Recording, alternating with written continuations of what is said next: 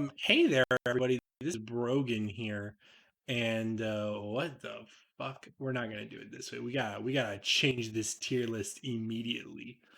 Maybe do it like that. And then is it, is this gonna work out right? We're gonna do a tier list regarding the superhero movies because I like superhero movies and I like tier lists. I'm super about those.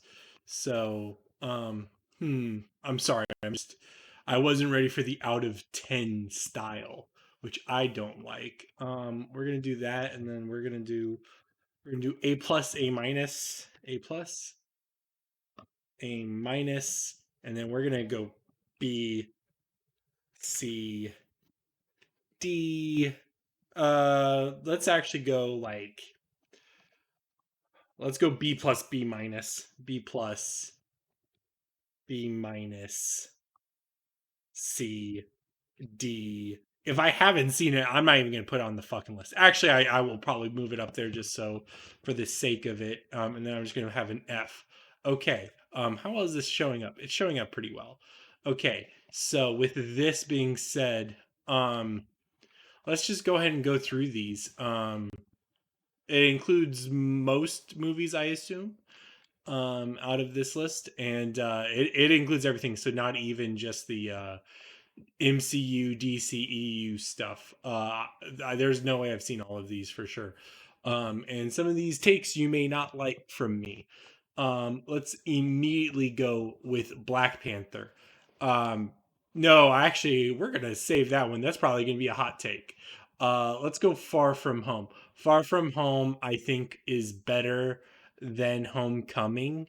I think its main thing that I particularly liked about it was Mysterio. Mysterio is a really good Marvel villain, and there's sort of like I think MCU Peter Parker is done really well because he's like a teenager and there's good teenage soap opera drama.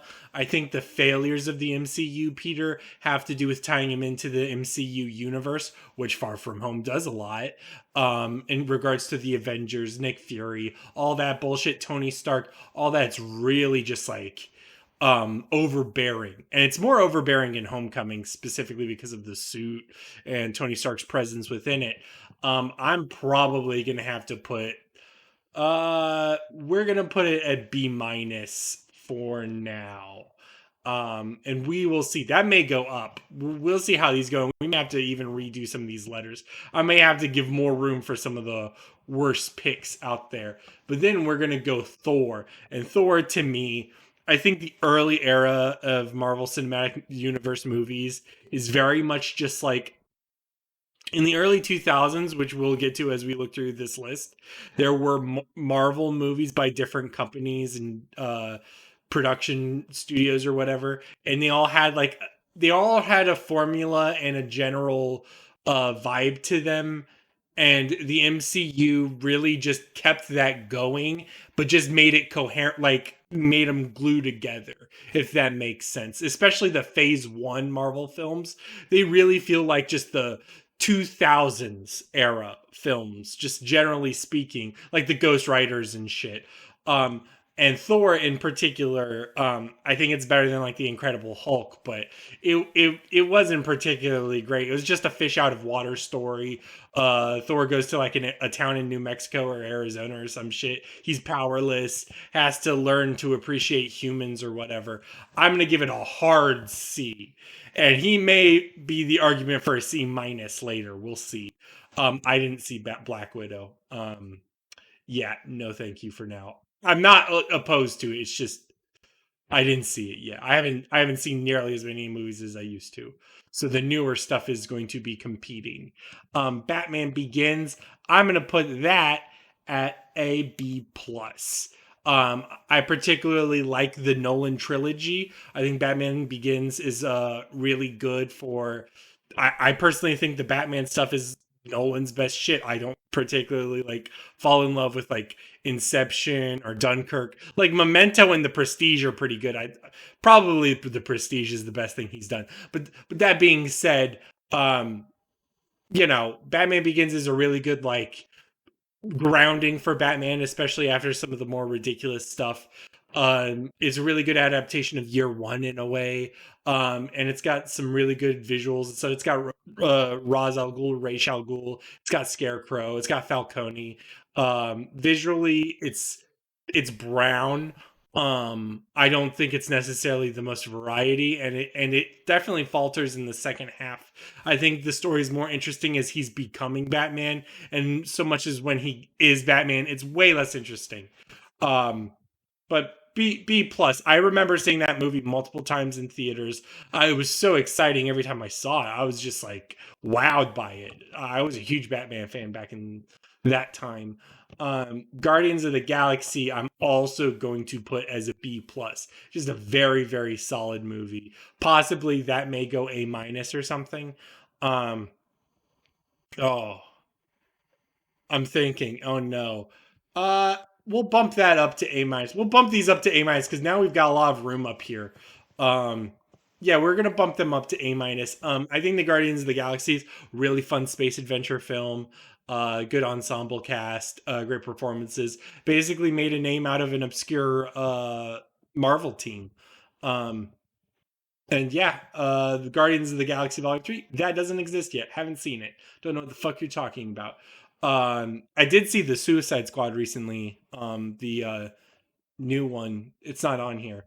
This must be an older list. It just came out like last week or whatever. I really liked it. I'd probably put that as like one of my favorite DC movies. I might have it at the very end. Um, Once Upon a Deadpool is, I think, the PG-13 cut of Deadpool 2. And if that's the case, I'm going to put that as a hard D. I'm also going to put Superman 4 Quest for Peace at D. There's moments in Superman movies. I particularly like Superman. Superman's probably my favorite superhero, but Superman 4 Quest for Peace is a really mediocre film. Um, Low runtime, a lot of it's filler. Nuclear Man, Lex Luthor's son Lenny Luthor. It's just very mediocre. Usually when you watch a Christopher Reeve Superman film, you're really going for specific moments. And as the movies go on, there's less and less moments.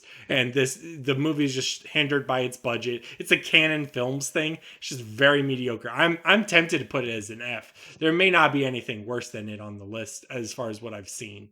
Deadpool 2, I'm gonna put that as a solid C. Yeah, I'll put that as a C.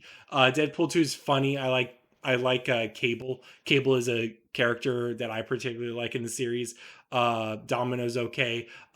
It's just less. It feels like it definitely walks back and meanders a little bit more than the original Deadpool. I think the original Deadpool is a much stronger film than Deadpool 2. Deadpool 2 just feels like it's just spinning the wheels because it has to. It feels like it has to have Cable, has to have these things, and then just throws in the jokes at the end. It's not particularly impressive. I might bump it up or something, but like probably not. The Dark Knight, I'm probably gonna put that as an S. I really like The Dark Knight. I think it's one of my favorite superhero movies. Um, it's just really, really good, really powerful, great performances. It's just a fun movie all around. Um, I like the color in it specifically. It feels less dead than the others. Um, it's not just the blue orange contrast. The I think Joker brings a liveliness to it that the other villains in the other films don't. Bane is particularly interesting in The Dark Knight Rises, but like that being said, I think the Dark Knight is just it definitely I'm trying to think of the words for it. Um, it's the movie where I feel like it has the least amount of fluff to it.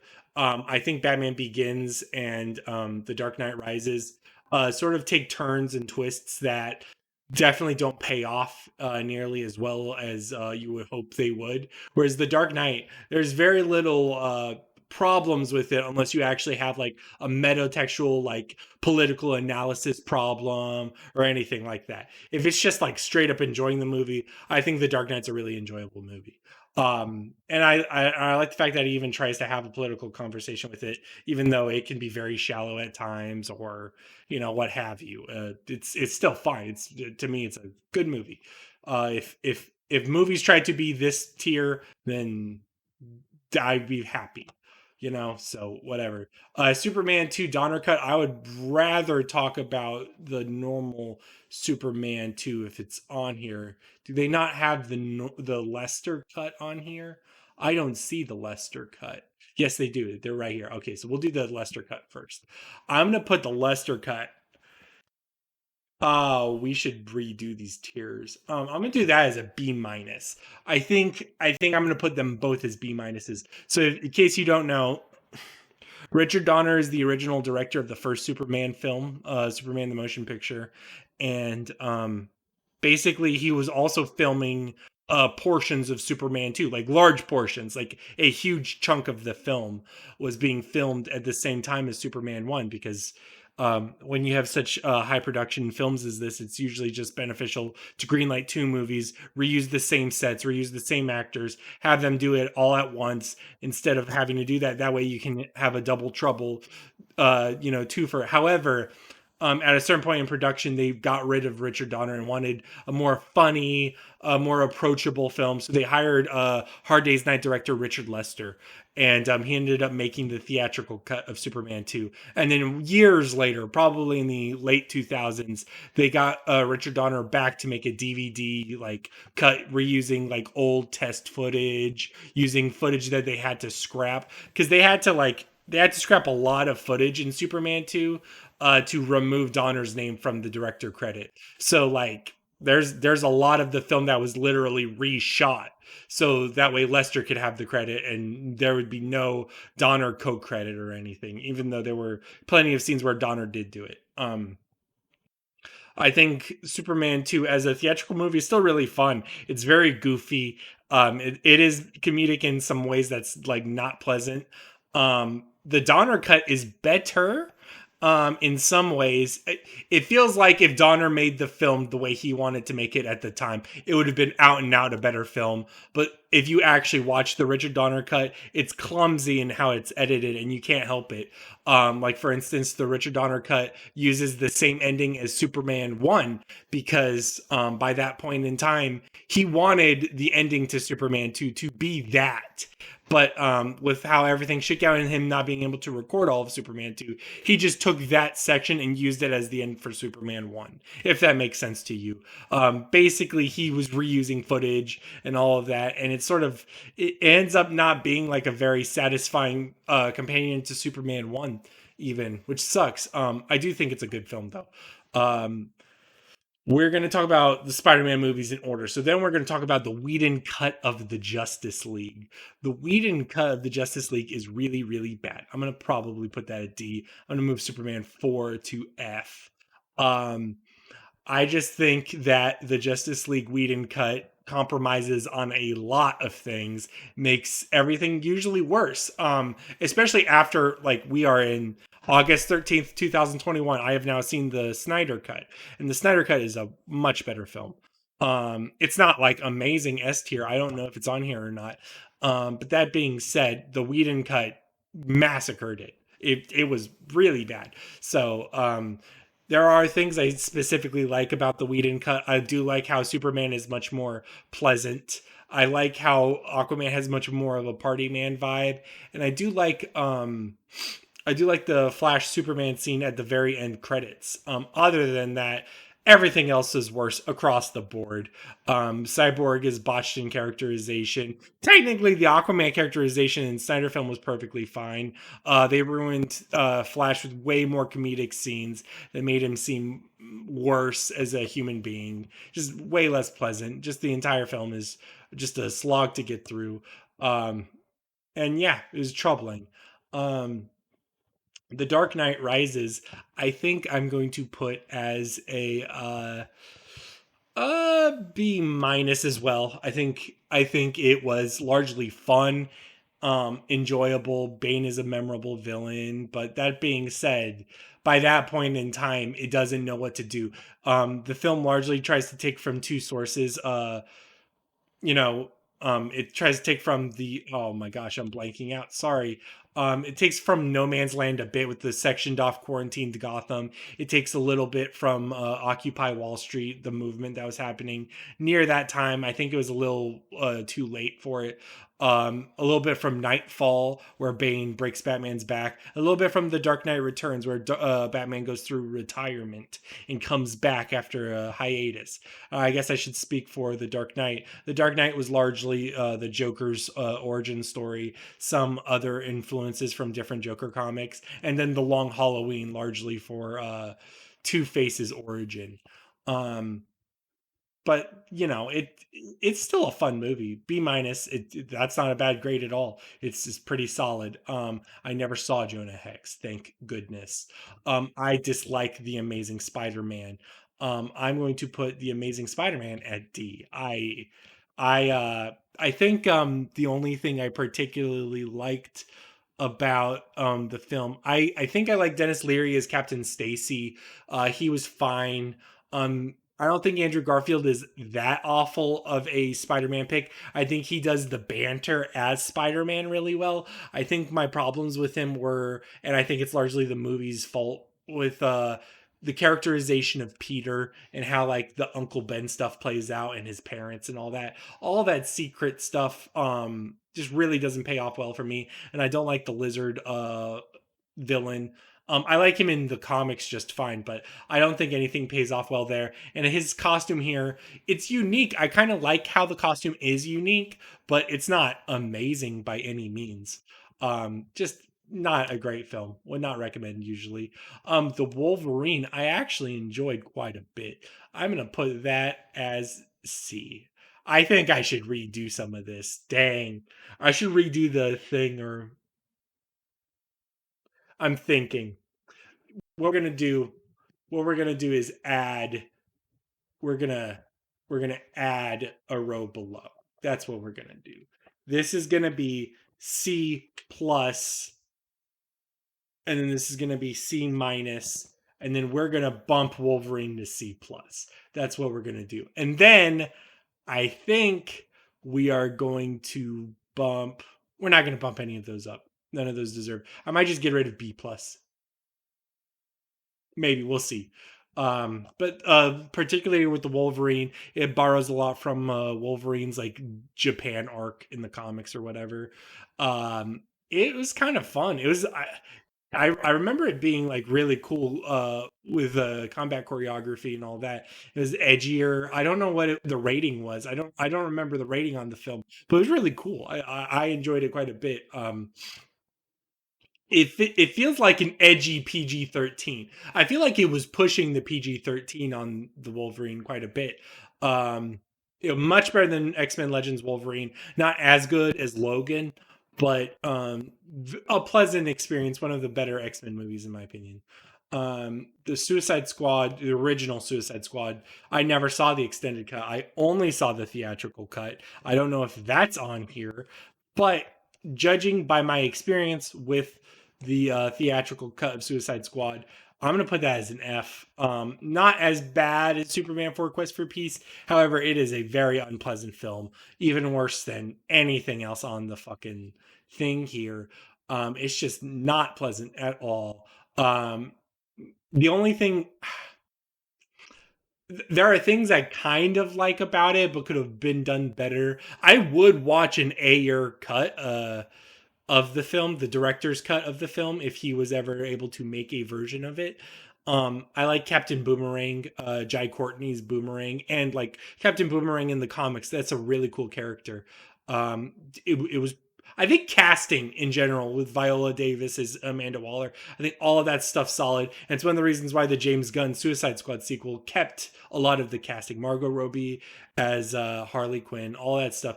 They kept that. Or what's his face? Joel Kinnaman as Rick Flag.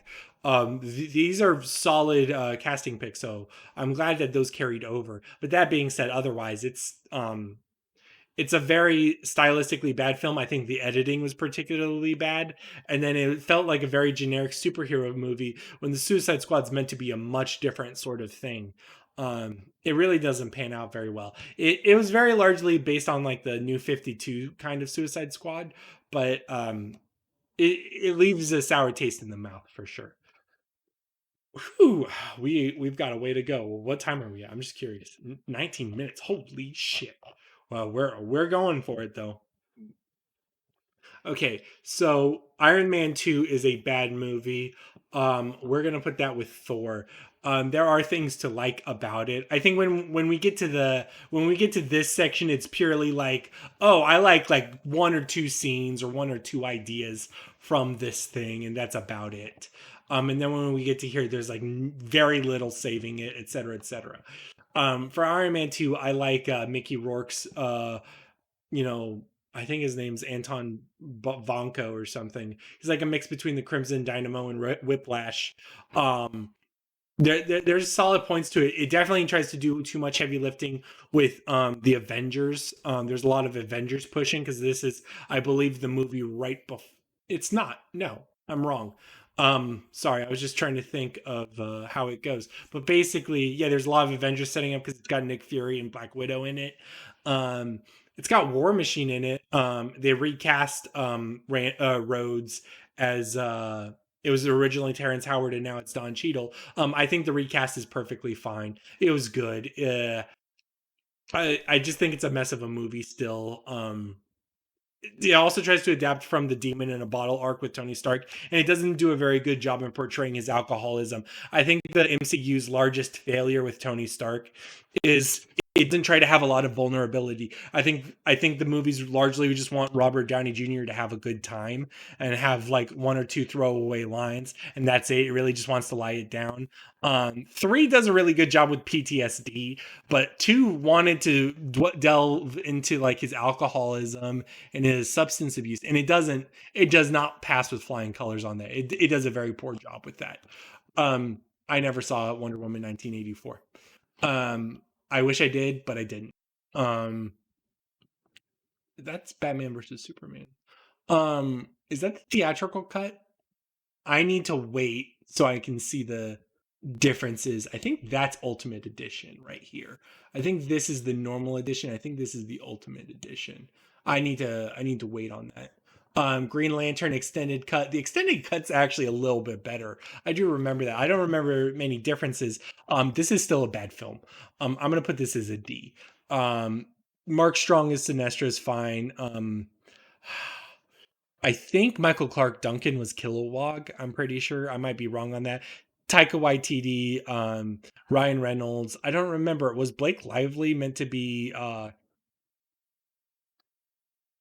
dang, the love interest? Ferris? Maybe. I don't remember. And then it has dang. Oh man. I'm sorry, the movie's just coming back to me. Um they used parallax in it, and it was just a very clumsy way to incorporate all of that stuff. It was just a CGI mess. It tries to go for like the normal origin story. By this point in time, like the comic book origin thing was starting to become old hat. Like we were starting to get overused to it. And like the way it tries to expand into the larger Green Lantern mythology just really fails to live up to it. Um that's where I put it for that. Venom, I also didn't see. And personally, I don't like Venom that much. I don't like the symbiotes. I am not excited for Venom Carnage. However, I will say, from what I hear of the film, there seems to be a heavy focus on like how wild and different it is for a comic book movie, and I like those things. I like how apparently edgy it is. I like apparently Tom Hardy gives a great performance in it. And so for those things, I would be excited to watch it. I would be interested. I would not be opposed, but I'm not generally interested to see a Venom movie. I don't think Venom is a particularly interesting character. Um, the original Ghost Rider. The original Ghost Rider, I'm going to put as a hard C minus. It is a mediocre movie, but it is also one of those perfect examples of what I was saying earlier of a pre MCU movie that just goes through the motions. There's a system, there's a formula. They all go by the formula. Ghost Rider was one of those. I think Ghost Rider's a cool character. Nicolas Cage is a very interesting actor. Always tries to do something unique with it. However, I think its sequel actually does a little bit better. Sort of capitalizes on the idea of Ghost Rider a little bit more. So we'll talk about that one later, but C minus for there. Um, I didn't watch Constantine. I was scared too because I heard bad things. I like Hellblazer and I like the just things in general. But that being said, um, Keanu Reeves as John Constantine did was not exciting to me. The film didn't look like what I would want out of a DC Dark title.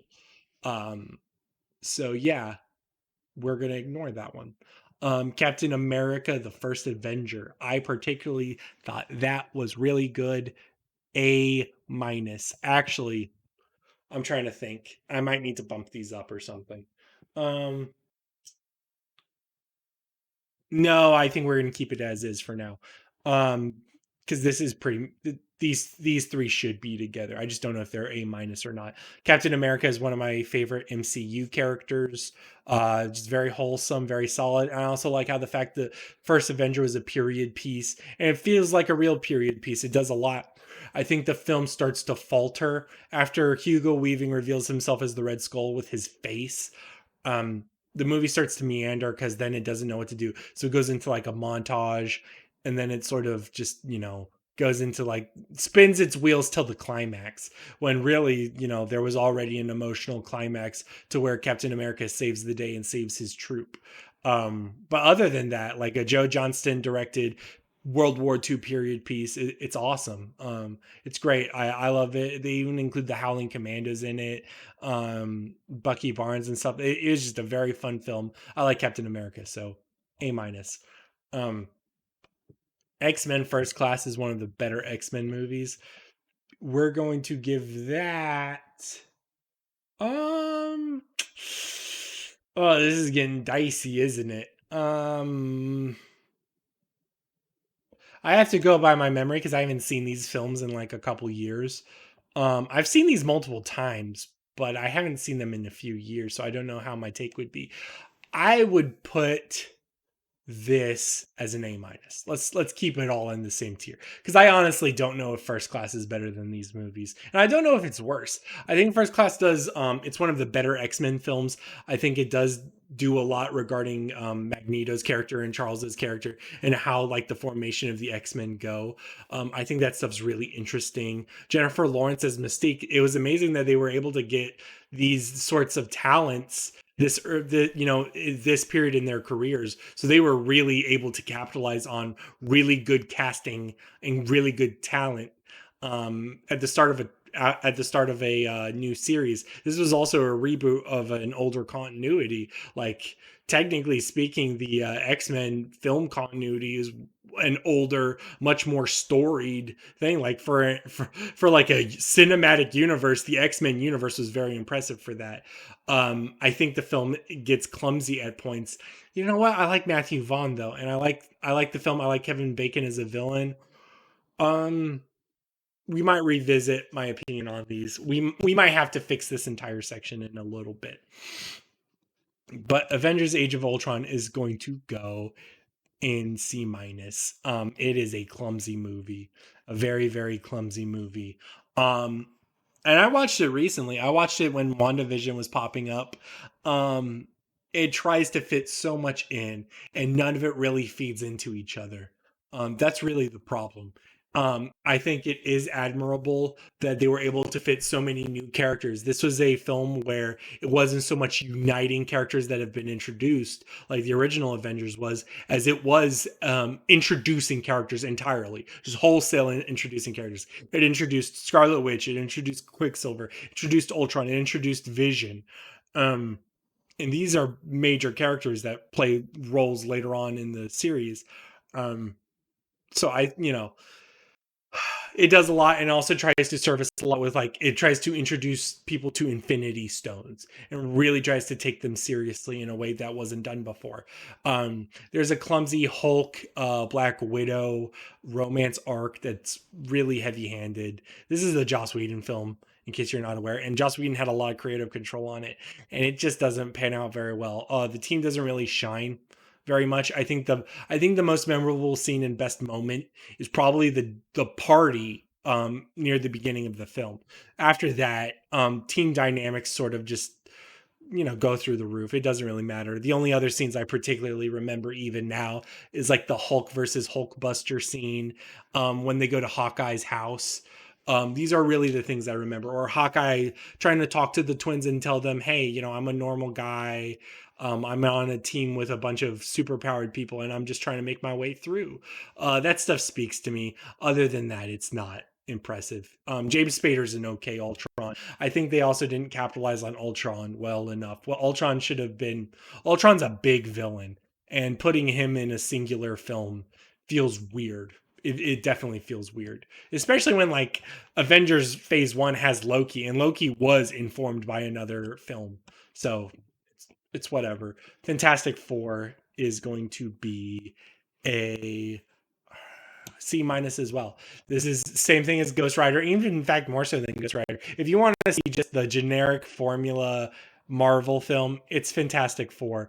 Fantastic Four is one of my favorite Marvel properties, and I'm really glad they got him back. The film is largely a failure on a lot of fronts.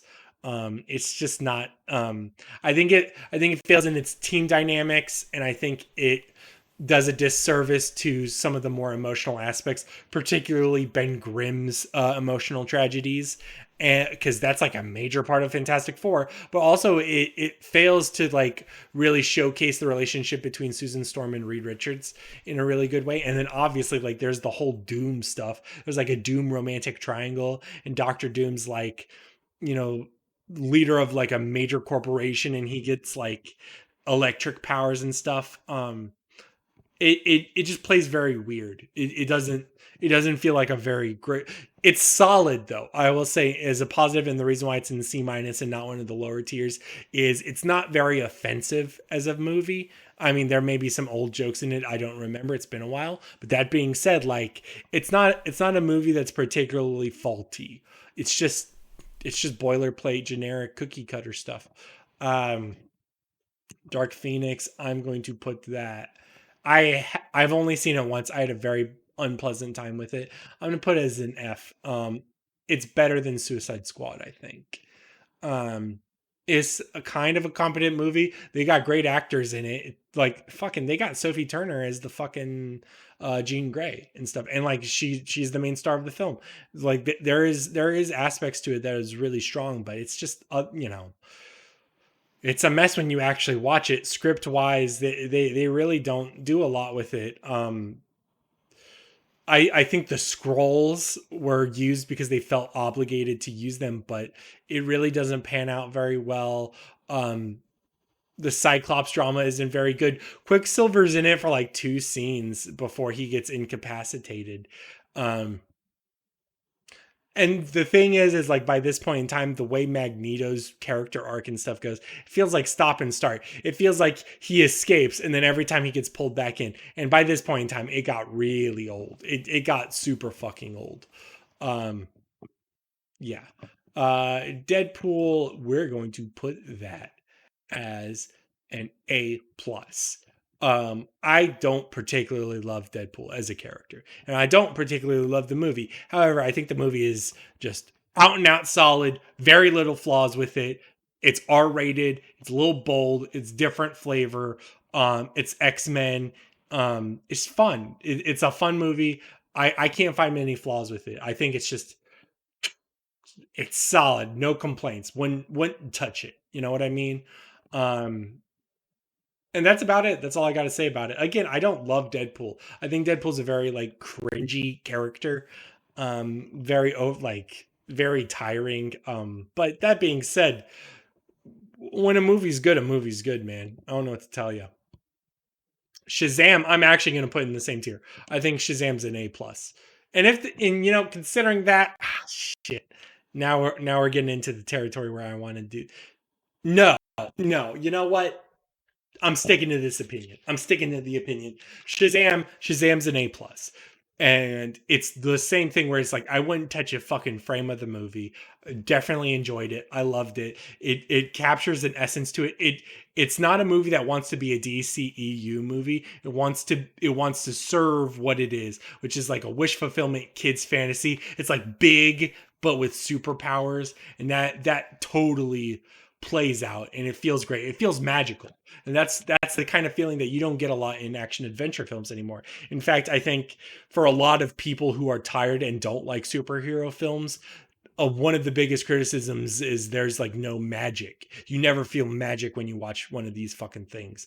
And and that's been gone since, last time we had that is for technically you can still watch an action film and have magic in it, but that being said, we're talking large blockbuster, we're talking post Spielberg or whatever, we're talking really big properties, really stuff like not one in a million. We're talking about studio machine films.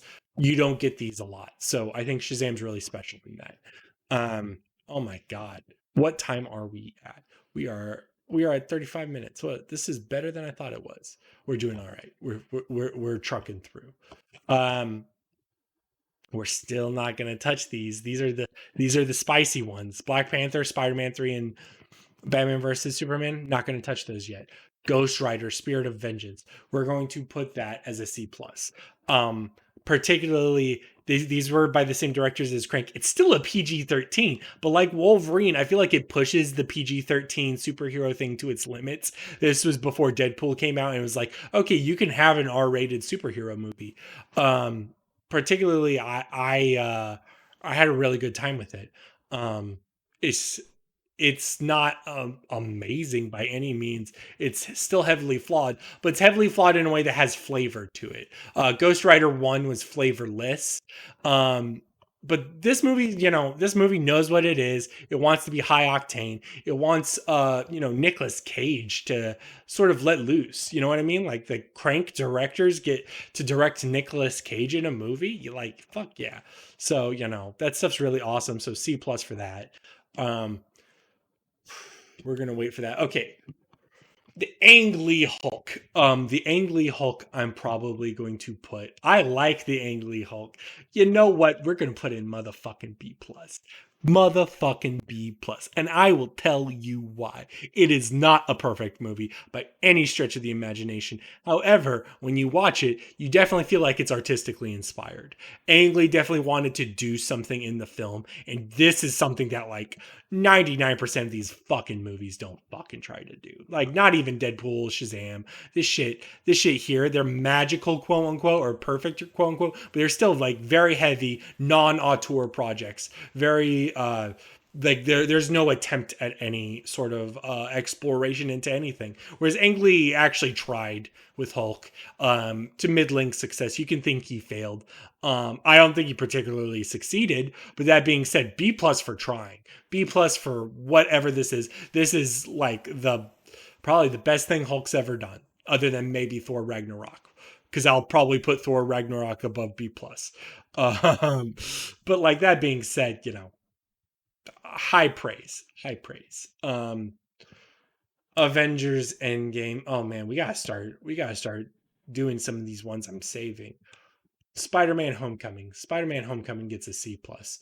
Um, the things I particularly like about it is like it captures more of the Peter Parker high school experience. It captures some of the more intimate dramas.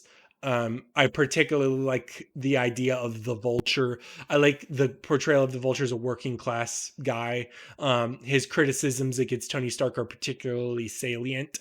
That being said, the film is very heavily bogged down by the Avenger shit, heavy Tony Stark shit. It sort of gets in the way of the fucking. It gets in the way of the film. It because it is an MCU thing, and they want to marry each other, and it really doesn't work out. I like Zendaya cast as MJ in both films. I like Tom Holland. Tom Holland might be my favorite Spider-Man Peter Parker mix. I think he does both really well. It's a good movie, not a great movie. It's one of those things. It captures a youth to it. I will say the only other thing about this movie that I particularly like is that this movie, Homecoming, does try to have an energy to it that other Marvel films don't normally have, which is a sort of youthful, exhilarance, energy, what have you, because it stars a kid basically. It's good, not amazing, not my favorite Spider-Man film at all, but not the worst either. You know what I'm saying? So then we're going to go to the best Spider-Man film. Actually, wait, I want to see something. Joker is on here. Do they have? I'm sorry, I'm looking at other things. They did have this. They do. I'm gonna put them both together. I don't know if the extended cut is better or not. I actually didn't watch the extended cut, so we're gonna replace those. I'm sorry, I'm looking at things. I didn't watch the Batman. Um, who? I'm looking to see if Into the Spider Verse is on here. Is it? Is it not? Because Into the Spider Verse is a really good film. They should have put this on here. I guess it's live action. Yeah, see, it says live action. Okay. That being said, the actual best, is it on here? Did I move it? Oh no. Ah, where is it? No, no, no, no, no, no. I don't know where I put Spider-Man 2. Where the fuck did Spider-Man 2 go? Spider-Man 2 is right here. Spider-Man 2 is a motherfucking double S. We're putting it double S, baby. I'll tell you why.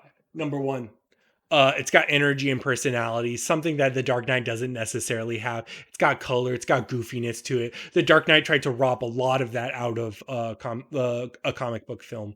That being said, it's also got a distinct directorial vision with Sam Raimi at the helm. It's good casting mostly. You can argue that Tobey Maguire isn't a great Peter Parker, but the film does a lot of heavy lifting in terms of balancing Peter Parker's melodrama with Spider-Man's epic drama. Dr. Octopus is a great villain in this film. It's just a great ride. It's sort of the peak of the Sam Raimi trilogy. It's goofy, but in a great way. It carries so much with you. It's just fucking, it's one of the best. It's tip top. And if Into the Spider-Verse was here, I'd put it as double S too. They're Kino, right? Um, then we're gonna go Logan. Logan is gonna get normal S. I think Logan was a good send off to the X-Men universe in a way that the other films weren't. So, like, you could say Days of Future Past was a good end to the universe. And in a Marvel Cinematic Universe way, Days of Future Past is like an end game, where it's sort of like a summary, sort of bringing things full circle, sort of encapsulating all of it. But that being said, thematically, it doesn't play nearly as well as Logan. Logan is a much more personal story about Wolverine's failures, about where mutants are, and I guess the ultimate thing is it does try to have social commentary in it, and it has powerful casting and powerful performances by mainstays. Like, it pays off the fact that if you've watched all these movies, Hugh Jackman's Logan and Patrick Stewart's Professor X have stuck with you for so long, and it becomes, and these high effort comic book performances really pay off. It's really good direction, not amazing, doesn't break the mold, but it definitely utilizes a lot of a Western feel to it. Has a flavor, has a vibe to it. And again, to talk about the cultural commentary, the X-Men in particular are some of the most socially conscious comic books out there. It is literally about a marginalized group. So, it's very flexible in how you discuss it, but a lot of times X-Men stories don't want to be about marginalized groups. They'll pay lip service to it. They'll talk about discrimination. They'll talk about these things, but like they'll sort of skirt around the issue. Logan is directly about something, and it's not necessarily about a direct translation to what we're normally with. In the early days, it was about racism, and by the time of the Bryan Singer films, it was about homosexuality. But by Logan, it directly uses the border crisis as one of its particular things, and talks about immigrants. And it essentially discusses, what we consider as people and how we dehumanize people in very terrible ways. It's a good movie, and it's sad and emotionally impactful. I love it. S tier. Wow, what a movie. You know what I mean? Um, so then we go to Avengers Endgame. Avengers Endgame is gonna go in the motherfucking C plus tier, or maybe B minus. No, C plus. It is a messy film, heavy time travel. You cannot watch this movie without having watched other movies beforehand. You have to have the context of prior films. It is a good celebration film. It's a victory lap for the Marvel Cinematic Universe. It is a wonder that they were able to make it. But that being said, as a film, as it functions, it is not particularly great. It's got good team chemistry and definitely see, the cast members definitely do seek to bring an energy to it that's like, hey man, we're putting our effort into it. This is the fucking movie that matters. And you feel that. You do feel that. But it robs a lot of it with the time travel stuff because as far as stakes go, like for instance Thanos, a lot of the Thanos character development is gone because the actual Thanos we know is dead by most of the events of Endgame. And the Thanos we see is a Thanos without development, without consideration, without perspective. So he becomes just a nameless villain. He just becomes a CGI Purple Man. It's a failure in that aspect. It has less vision to it. Um, so there's those problems. C plus though for what it does right ultimately and the miracle of it doing it right. We're going to skip Captain Marvel and we're going to skip Wonder Woman for now. We're going to go back to these controversial picks later. X-Men Apocalypse is going to be a motherfucking D. It's going to be whoa, this is testy. Yeah, D. No, D. Yeah, it's a D.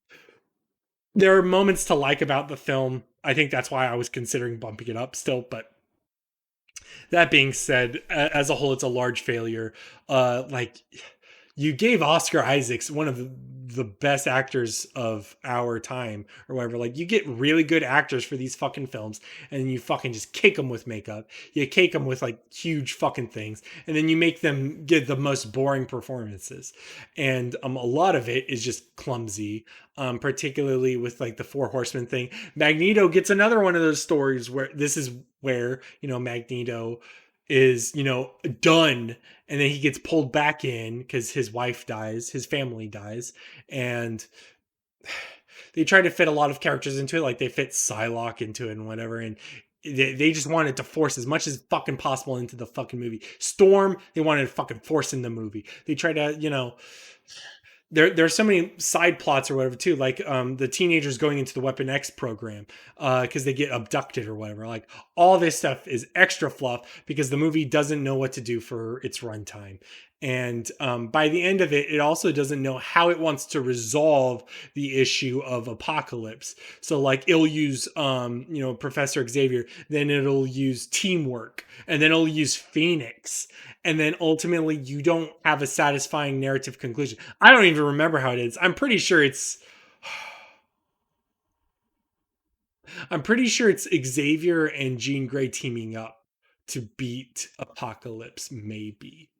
I don't remember. It might be teamwork. I don't remember. That's a problem. That there isn't a satisfying narrative conclusion to it. Maybe it's Magneto turning on him. I don't remember. Fuck, dude. Shit.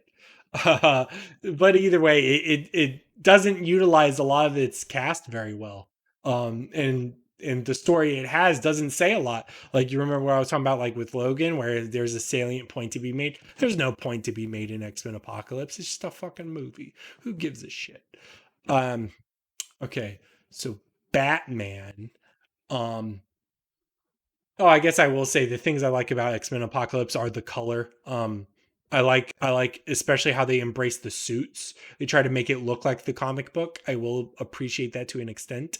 And I also like I like Nightcrawler. I like bringing back Nightcrawler. That shit's cool. Um, so 1989 Batman is totally going in B plus. It's definitely a movie with faults, but it's just a solid movie.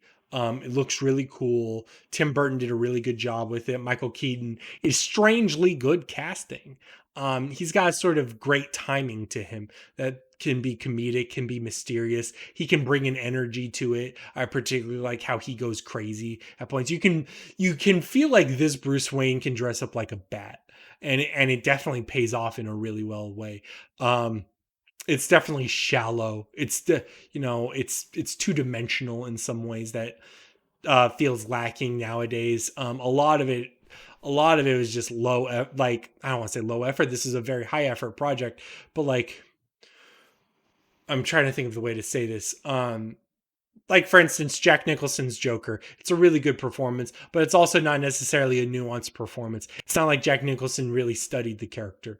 What Jack Nicholson's approach to the character was to ham it up and be psycho whenever the scene called for him to be scary. And that's totally fine, and that's not a problem at all. I don't have problems with that. However, it has a weird blend between the sort of grittiness of the later Nolan films and the goofiness of the earlier Batmans, to where it sort of like lands in a weird place. And I think Batman Returns does a better job, where maybe that weird imbalance is more pronounced. But here, it's okay. But B plus is still really good. I fucking love Batman 89. Um, so yeah. Do they have Batman Returns on here? They do have Batman Returns on here. I'm gonna go ahead and review Batman Returns. Batman Returns is getting a motherfucking A plus. I'll tell you why. It's distinct directorial vision. I will always give points for that. Tim Burton put himself into the movie, and that's really cool. And it's also a big budget, auteur project. That's really in a cool way. It's not very personal, but also it has such unique perspectives on the characters, and it still has a goofiness to it. You know how we're talking about the balance between, the grittiness and the goofiness. Well, here, because Tim Burton was allowed to do more with it, um that grittiness is no longer gritty. That grittiness is gothic. It's much more gothic. There's a little bit of the gothic aesthetic in Batman 89, but here Tim Burton gets to have that German expressionism influence, the fucking Cabinet of Dr. Caligari shit that he's so fucking high off of. He gets to utilize that as sort of the artistic aesthetic of Batman Returns in a way that's very cool. And he can still have rocket powered penguins in the movie. And the rocket powered penguins are such a fucking Adam West thing, but it all works because, it just pays off in the fucking thing. And I will say, I also like Michelle Pfeiffer's Catwoman. Michelle Pfeiffer's Catwoman is uniquely is a good unique play off of Bruce Wayne. I think Michael Keaton's character and actor, or Michael Keaton as an actor and Bruce Wayne as a character, can be somewhat lacking in Batman movies. It's very hard. It's very hard to emote. It's very hard to do a lot as Bruce Wayne. It's very hard to do a lot as Batman. These are very stoic characters. So giving Catwoman allows Bruce to sort of play off of. There's sort of a dynamic there with romance that sort of is challenging and is actually really useful to having Batman emote. It's really cool. And it plays off the most here. The Dark Knight Rises, for instance, also has Catwoman, but it's not nearly as well done. And Hathaway's a good actress, but there's just way less engagement, I would say. Ant-Man and the Wasp. I saw the movie. I don't remember a lot of it. I'm going to be real. I'm going to say not seen. I did watch it. I don't remember loving it. I don't remember hating it, but I don't have much of an opinion on it to actually care. I particularly enjoyed bringing back the Wasp and utilizing the Wasp as a character, Janet Van Dyne and then Hope Van Dyne. Um, Although they may be called Pym in the MCU. But either way, um, those sorts of things are really cool. It feels like a natural extension. Ghost and Lawrence Fishburne were okay as antagonists, even though they weren't really antagonists. It's sort of just like a weird, like, if I remember right, they were sort of antagonists till they got to the end, and then it was like okay, we got to solve some quantum realm bullshit, and that doesn't really pay off in a narrative way for me. That's all I gotta say about it. I'm not gonna actually grade that one. Iron Man, we're going to put as a B minus. And why is because it is like Thor, like Ghost Rider, like Fantastic Four. Number one, it's the start of the MCU, but also it's a much more generic it's a generic formulaic film. However, what's really unique about it is the good casting, which as you'll notice, the better generic formula comic book movies aced casting, which we'll talk about if we get to X-Men, if they have X-Men on here. But that being said, like Robert Downey Jr. as Tony Stark is a really good casting decision. Obadiah Stane with Jeff Bridges is really good. He's menacing, but also carries a sort of he has an aura to him that's magnetic, even when the character doesn't have a lot going for him. And Pepper Potts, I forget her name, Gwyneth Paltrow. Gwyneth Paltrow's Professor Potts, not Professor Potts. Oh my god, just Potts. What's her first name? Fuck. Her last name's Potts. That's all I remember. It's good. They have good chemistry or whatever. Um, Iron Man doesn't have like a lot of moments. However, it's a very consistent film. There's nothing wrong with it. It's that formula really at play, but then the energy that the casting really brings to it that made people really respond to the film in a unique way. And then by the end of it, it actually has the first Avengers tease with Nick Fury inviting Tony Stark to the Avengers. So then it opened up to like the sort of larger MCU. So then it teased something for people to care about. Which I think was special for people. But that being said, it's not a special movie in and of itself. Okay. Oh my god, we're trucking through, right? What is that? X-Men The Last Stand. I haven't seen this movie in a long time.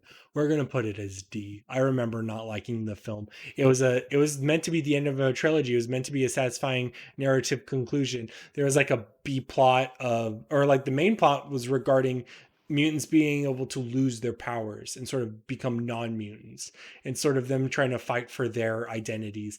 That's cool, I guess. But Bryan Singer didn't direct it. Bryan Singer's a shitty person. But that being said, I think Brett Ratner directed it. I'm trying to remember who directed it.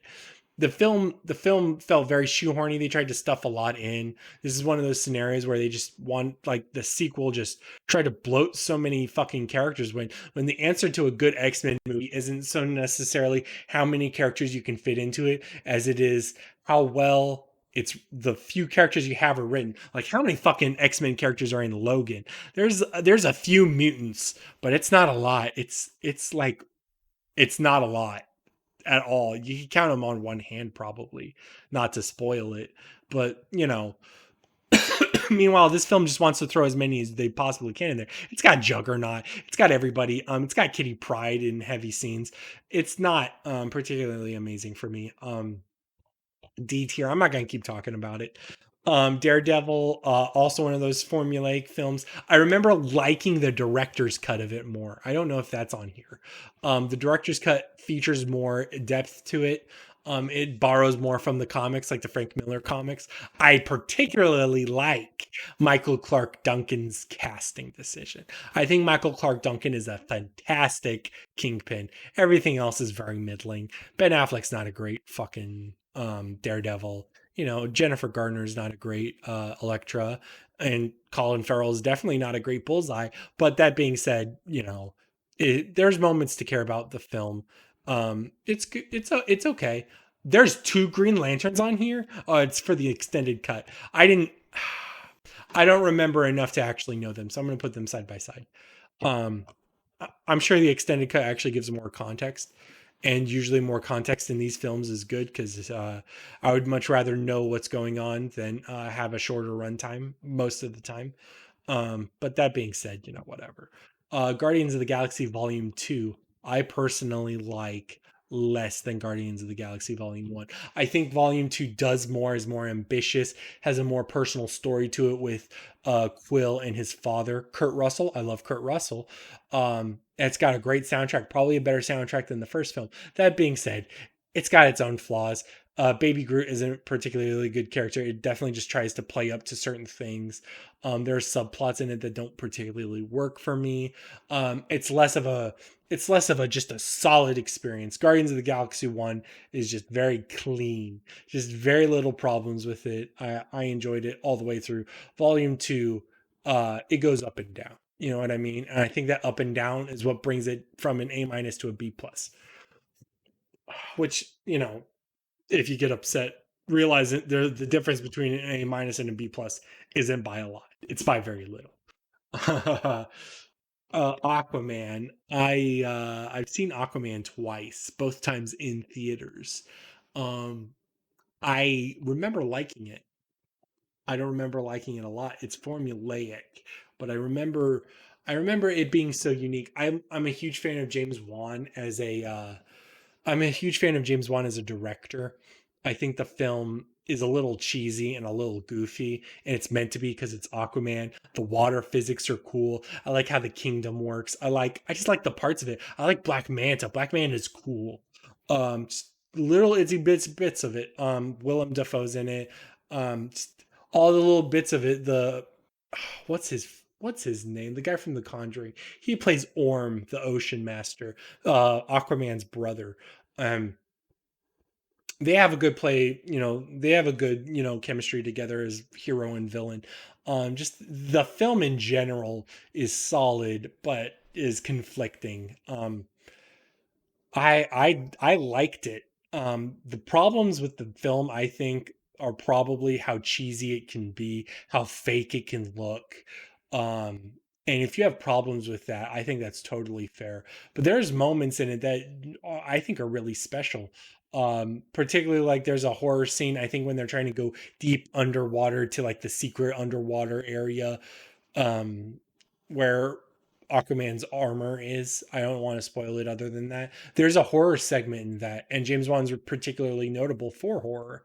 So I think that pays off really well. It's not like particularly scary, but like it definitely feels inspired in a way that feels really cool.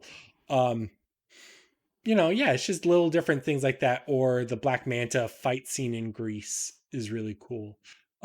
C plus, not nothing world breaking, but pretty fucking solid. I liked it, and for that, I will put Wonder Woman there as well. I like Wonder Woman as a character. Gal Gadot or Gal Gadot, I don't know how to pronounce her name.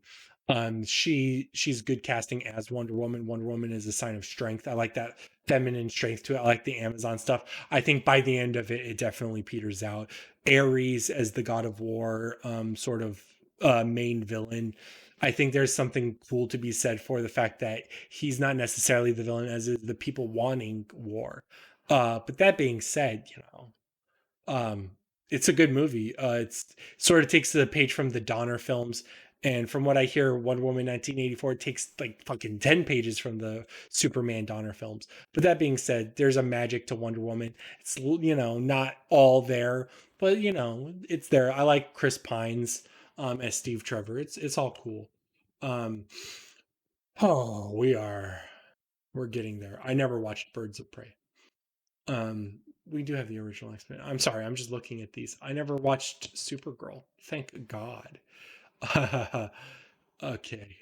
We're getting there. Sorry, I'm just looking at these.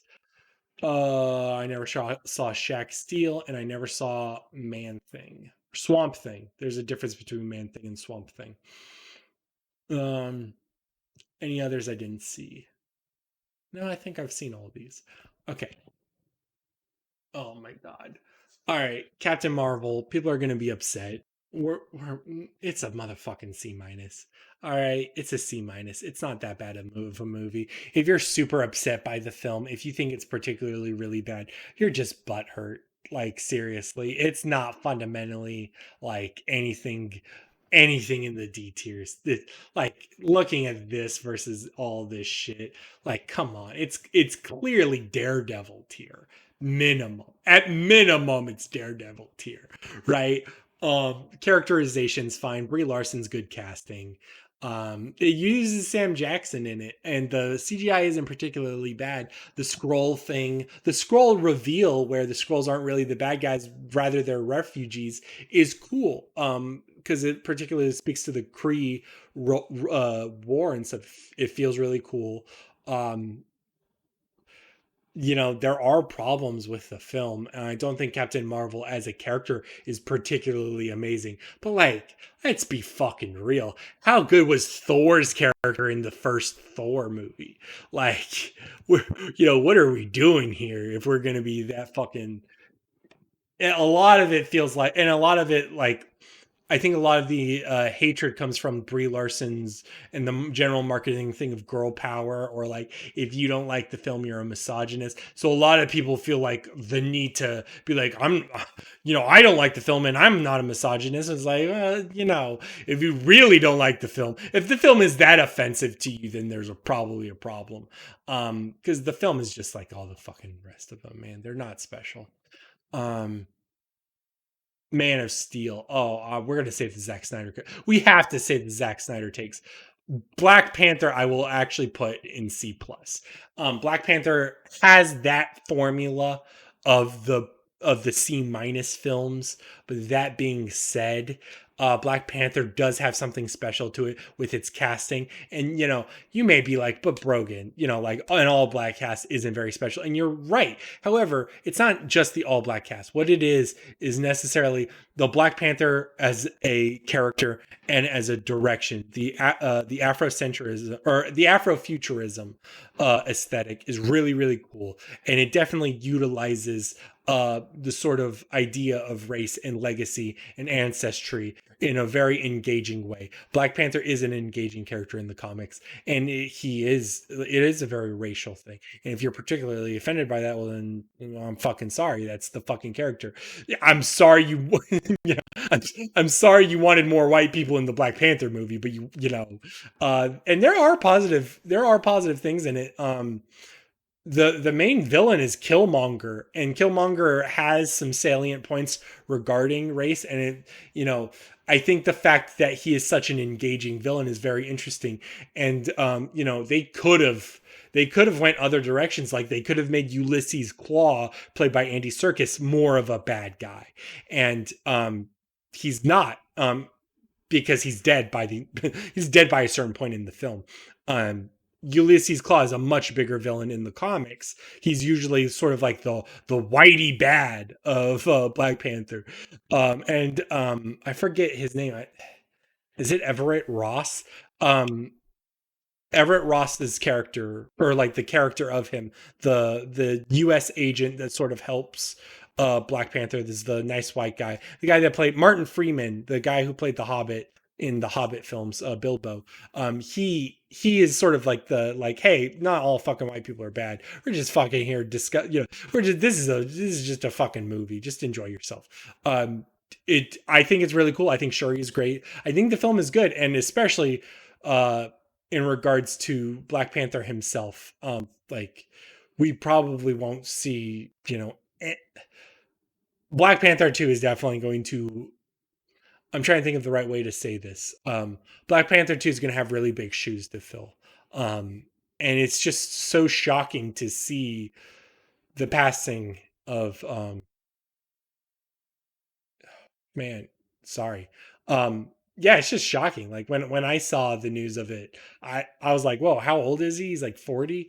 Like, wow. Yeah, T'Challa as a character is awesome. And I particularly like how T'Challa was as in Civil War. T'Challa in Civil War was really cool as well. That was one of the good introductions. We can talk about Civil War later, but yeah, Black Panther is a good movie. Don't know what else to say about it. Um, I'm running out of steam. I'm sorry. Fantastic Four: Rise of the Silver Surfer is a worse movie than the other Fantastic Four. It has worse jokes. It has the worst plot lines. It fucks up Galactus and the Silver Surfer, which are like big deals. They do goofy things like switch powers in mediocre ways. Doctor Doom comes back. He steals the board, which is an old comic plot where he gets the power cosmic. But even then, it's not like particularly amazing or whatever. It's a bad movie. Um, the original X-Men, we should probably save that. Spider-Man 2, Amazing Spider-Man 2. The Amazing Spider-Man 2 is better than the Amazing Spider-Man 1, but not by much. We're going to put it as C minus. The problem with the movie is it's still really clumsy. It tries to fit too many villains in. It's got Green Goblin, it's got fucking Electro, it's got the Rhino. It just tries to fit so much in, and then it tries to set up for fucking future movies. It tries to set up for the Sinister Six. It's just like so much fucking shit. It's got Harry Osborn and it's got Norman Osborn. Like, it's got so much things in the film. And then it's got, on top of that, a very, very bad plot regarding Peter Parker's parents and them being spies and how that ultimate mystery sort of informs everything. And that shit is very dumb. That is not what people like about Spider-Man. What people like about Spider-Man is like failing to do his homework because he was saving the world, or like failing to, pay the rent, or failing to, make it to his date at 7 p.m. because he was fighting Dr. Octopus or some shit. That's the stuff people like. People don't like this, fucking, parent shit, especially like Uncle Ben. They botched Uncle Ben in the Amazing Spider-Man 1, and Uncle Ben is just fucking nothing in Amazing Spider-Man 2. It Uncle Ben should be the moral foundation for Spider-Man, right? And even though Uncle Ben's not mentioned in the MCU Spider-Man's very often, he is basically cited in the foundation of the character. In Civil War, they ask Peter Parker what he's all about, and he's like, I failed to do something right for one person, and it made me lose someone I loved terribly. And that's fucking Uncle Ben. You don't fucking need no more than that. Bada bing, bada boom. That is the moral founding of Spider-Man. And if you don't have that, you fucked up royally, right? And Amazing Spider-Man 2 does have good things to it. I particularly like the suit and the more I like Andrew Garfield's Spider-Man, and I like the Rhino. That sort of stuff feels really cool to me. I like Gwen Stacy. I think Andrew Garfield and Emma Stone have good chemistry together. Obviously, they're good. Those things are good in it. But that being said, it doesn't save the fucking movie. It's still a fucking C minus. It might even be a D, but I want to put it above Amazing Spider-Man 1. I think it's slightly better than those. So, there's a lot of flaws to it. If there was a C minus minus tier, or maybe like a D plus tier, I would put Amazing Spider-Man 2 in that. But as of right now, that's where it goes. Oh man, we're fucking trucking. Okay. Let's do a Civil War. Okay, so Civil War, we're going to put in we're going to put it in B minus. Okay, so the reason for that is I think the film isn't very artistically engaging. I think, however, to me, it is a much more successful version.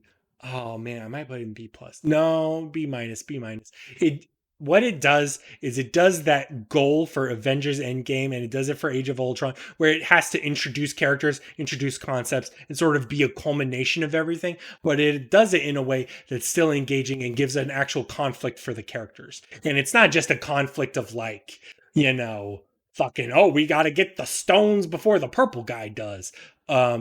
It actually pits the people against each other. Now, that being said, what pits them against each other is very contrived and sort of flaky. By the end of it, it becomes very clear that Tony Stark's in the wrong. And that sort of thing just really fails. That stuff's not great. It's directed by the Russos. I don't think the Russos are particularly talented at unique direction. But that being said, Civil War is still a strong film for that purpose. It's good. It's not amazing. It's good. Better than C plus. Okay. We can go ahead and keep doing the Avengers shit. Original Avengers is also B plus. Let's put that at B plus. Avengers is a very solid movie. It's a Joss Whedon fucking thing. Fuck Joss Whedon. But that being said, it's got good quips. It has good team chemistry, which is I think the most important thing. It does everything it needs to do, and that's really hard for a fucking movie to do like this because it was trying to culminate 4 movies before it, and it does it in a satisfying way. Now that being said, they're sort of more two-dimensional than their other films, their individual selves. When they're coming together, it feels like they've got goofy shit to them. Like, for instance, here's a good example: is Captain America. For instance, Captain America is never introduced as God fearing. I'm sure that you could probably guess that as a 1930s American from New York, he probably might be Christian, but like they jump down the idea of him being hokey and sort of be like, there's only one God, ma'am, and he's doesn't dress like that. And like that sort of thing is a fun joke, but definitely says something differently about Captain America that I don't think was hinted at elsewhere. And I think the only reason he said it was for the joke. And maybe to sort of downplay the idea of Thor being a god, which may be not palatable to some. I know that some heavy Christians in America were nervous to watch Thor because Thor is a pagan god, which is all dumb. This is all dumb shit. You should be able to watch whatever the fuck you want to watch. Christianity is a scam. Welcome to my TED Talk. Sorry about that. Post in the comments below if you disagree. The Incredible Hulk. The Incredible Hulk is a hard D. Now, what it is it's one of those C minus formula movies. However, it doesn't play very well. I like Edward Norton's casting. I think Edward Norton is a very talented actor. However, the film is very ugly. The characters aren't particularly written well. Um, Particularly, I don't like the villains. The villains just aren't very engaging at all. And like the CG is really bad. I don't like how the Hulk looks. There's not any particularly interesting scenes from it. It just and you know what's weird is I think they try to borrow a lot from the television show. They try to incorporate more of the television show into it versus like the Ang Lee film, and there doesn't seem to be much of a coherent thing to it. This is also an early MCU film. I think this is like the second MCU film. I'm pretty sure this came maybe right. I'm pretty sure this came out maybe after Iron Man 1 or after Iron Man 2. This is technically a Universal film. This was an MCU film, but it was done by a different company. It was done before Marvel sort of internalized everything. Um and Hulk standalone film, by the way, is owned by Universal. Hulk is an ensemble character most of the time now. So those go by MCU stuff, but Universal has the ultimate rights to making a solo Hulk film. Um which they probably don't want to do. Hulk is very hard to make a solo film for. It's not good. It's D. I don't know what else to say about it. If you think Incredible Hulk is better than D, post it in the comments below. But I fucking doubt it. The original X-Men. We're going to put that in C plus. I will say this. This movie is one of the better it sort of made the formula. It was one of the first movies to make the formula. That and Spider-Man were really responsible for that early 2000s, mid 2000s superhero craze. It sort of kicked things back up and it feels inspired. Bryan Singer knew his stuff. Bryan Singer is still a scumbag pedophile director. But that being said, he made the film and the film's not bad. Good casting. Casting, it says so much about a fucking film, especially these kinds of films where the characters have to do specific things or represent specific things to have really good casting to bring that gravitas to it. So like Patrick Stewart and Ian McKellen as Xavier and Magneto, like those were really important to nail and get right, and they did it. That stuff C plus, it's good, not amazing. Nowadays it's not particularly impressive. When we get to other stuff, looking at it, I might bring it up to a B minus, but probably not. I think C plus is where it belongs. It is uninspired for the most part. The sort of further gay allegory stuff about the social stuff goes into X-Men 2, X-Men United. That's really the movie where it really matters, and that's here. X-Men 2 X United. I'm gonna put that as a minus. It is ultimately what the X-Men 1 wanted to be, but X-Men 1 had to introduce everything. Um Its main flaw probably is that X-Men 1 had Rogue as an actual protagonist that you experience the film with, and X-Men 2 sort of drops Rogue. It doesn't entirely drop Rogue, but that being said, like it no longer becomes a story through her perspective. It becomes just the team at large. But that being said, the team at large has a lot more to work with in terms of metaphors. Nightcrawler is really good in it. I assume that's X-Men United by the poster. Am I getting the posters right? I just want to make sure I'm getting the posters right. Yeah, that's got to be X Men One. That's got to be X Men Two, X Men United. The William Stryker stuff is really good in it because it directly deals with Wolverine's emotions. Like the Wolverine's past really plays well here, and Magneto Magneto is much more threatening. It turns into a Hannibal Lecter situation where Magneto is much more threatening behind a cage because you don't know what he's thinking, what he's plotting. You don't know these sorts of things. And then by the end of the film, when he's able to get out, break free, and sort of take over in a very scary way, it makes things all the better, all the sweeter, all the juicier. Uh, it's a really good film. Highly recommend. I would recommend anyone watch anything B plus and up. I would say anything B plus and up is must watch by Brogan standards. Everything B minus and below is optional to me. Like you can fucking live without watching it. Superman the motion picture by that metric is going to go in SS. And you may ask why. And it's because I love the film. This is a nostalgia pick for me. Christopher Reeve is amazing casting. Is the best fucking. It's just such a great experience. I think to other people they may watch and go, "What the fuck are you smoking?" and bring it down. But that being said, Richard Donner informs a lot of perspective on the cheesier superhero movies. You know, camp was really the only way to understand these superhero movies beforehand. And Superman the motion picture has a lot of camp to it. But like Spider-Man 2, the Raimi Spider-Mans in general were heavily informed by the Richard Donner films. And it's because there's a camp to it, but you can still understand the gravitas and grace that it has towards the source material. We can look at the Adam West Batman's with the Adam West Batman film, which we'll go over in a little bit, but that has no like it takes it seriously in a campy way because it has to, but it doesn't treat the source material like literature, and that sounds very dumb, but that means a lot for the meaning of a film. You know what I mean?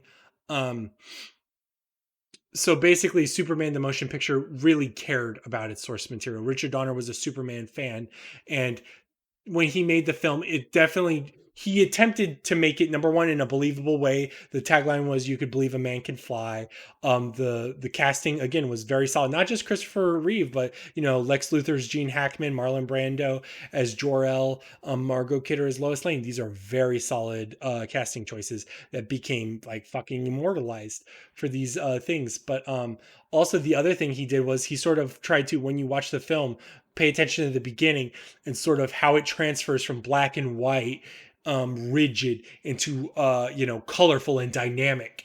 And that's what I think Richard Donner really felt was special about superheroes and about Superman specifically, is like, hey man, this is the future of action movies, this is the future of fucking movies, is Superman, and what he represents and what he brings to the table. And that stuff I think is really special because Richard Donner meant it when he directed that. It's still a big budget thing. It's not necessarily an art house piece by any fucking means. It's a fucking big budget film. But that being said, a lot of it's appreciated, a lot of it's fun. The biggest problems with it and what would bring it down from SS to anybody else is it's a long movie, and it's actually done in like three parts to it. Technically you could divide the movie into three chunks and not miss out on a lot. There's like a beginning and a resolution to each chunk of the film. So it could be very clumsy to watch, and it's not necessarily particularly engaging in certain parts, and I understand that. But I don't care. Fuck you. That's my opinion. Um, we're getting there. Superman 3 is largely a fucking Richard Pryor movie. We're gonna put that as a fucking D. We're gonna put that as D. There are still parts to it that are really good. Christopher Reeve's still good casting. I forget her name is Lana Lang, but the main love interest in Superman 3 is Lana Lang, and Lana Lang is Clark Kent's like high school sweetheart almost. Um, that story is interesting. The Richard Pryor computer stuff, it's like pseudo Brainiac, pseudo Lex Luthor, but they don't have Brainiac and they don't have Lex Luthor. And Richard Pryor's sort of just in the middle of is a goofy guy. Hard comedy. It's not super great at that. The most notable scene in it is when Superman fights an evil version of himself. It's literally like just like a darker Superman. And then it becomes Superman versus Clark Kent in a weird way. And, you know, that stuff's very memorable. Um, really, really cool stuff. Um, I, I, you know, it's D though. It's not a very good film. It's lower budget. It's more half-assed. It's better than Superman 4 Quest for Peace, but it goes by the moments, man. That's really all you really got to go for with it. Like they don't even have Margot Kidder is in like two scenes. Like it's a very fucking whatever film. Um Let's fucking go. Superman Returns. Superman Returns is going to get a C plus. C plus. A lot of people don't like it. This is a Bryan Singer film again, and again, Bryan Singer is a piece of shit pedophile director. But that being said, Superman Returns was largely a Richard Donner tribute. Um, I think it goes too hard into that, and it doesn't have a lot of engagement. It doesn't have it tries to treat the source material with too much grace, and it doesn't really understand a lot of what it you know what it should be trying to do for the audience. A lot of the audience gets bored by it. They don't really engage with the things. It's like Lex Luthor doing a real estate scheme again, and Kevin Spacey's Lex Luthor is, I think, a unique take on it, but like not particularly unique. It's just like a blend between it's a more harsh and more colder version of the Gene Hackman Lex Luthor. And it's not particularly amazing. Um there are moments to like in the film. I think the film can still be amazing at times. And I think Brandon Ruth and oh my god, what's the name of the I don't remember the name of the Lois Lane, but they're not bad picks. Kate Boswell is, I think, her name. I might be wrong on that. Or Bosworth. Bosworth. Either way, they're not particularly amazing. I don't think they're as good as Margot Kidder or as good as Christopher Reeve. However, I think they're good. I think Brandon Ruth deserved a better career than what he got. Um, and I think Brandon Ruth is generally charming. I think that's one of the main goals. The film's just not exciting. Superman doesn't fucking punch a lot. He fucking saves people, and then he becomes a creep with Lois Lane. Like there's not much else to it. It's a very lacking film. What time are we at? Oh my god, an hour 26. Okay, we gotta finish. We're doing this, man. We are. Woo. Okay, so original Spider-Man. It's not as good as Spider-Man 2, but it's still Sam Raimi shit. We're gonna put that in B plus, baby. We're gonna start to go lightning round on some of these less controversial picks. Doctor Strange is a formula film. However, Doctor Strange is also a very unique hero in which engages in spirituality, engages in the multiverse, engages in different things. He has like a Green Lantern-esque fucking formula where like being introduced to a new world entirely. However, the unique visuals and unique climax, I think, bump it up from a C minus to a C plus. Particularly the Dormammu stuff and like the black light aesthetic, and Mads Mikkelsen is a villain, even though he's not as utilized as he should be. That stuff's cool. I think some of the downsides, other than its genericness, is the Ancient One. The Ancient One was pretty much whitewashed because they didn't want to acknowledge Tibet as a place because of China. But that being said, that those are the downsides. I really like the ending and how Doctor Strange solves the problem, because he doesn't necessarily solve the problem by beating up the bad guy. He solves the problem through a different way, and it's really unique. And it actually speaks a lot to his character, and it speaks a lot to his arc. Thor Ragnarok is going to go in motherfucking A minus. It is one of the better MCU films. It's really cool. It's fun. It's vibrant. Hulk and Thor have a lot of interplay. It's just great. I'm not gonna say anything else about it. It's good. It's funny.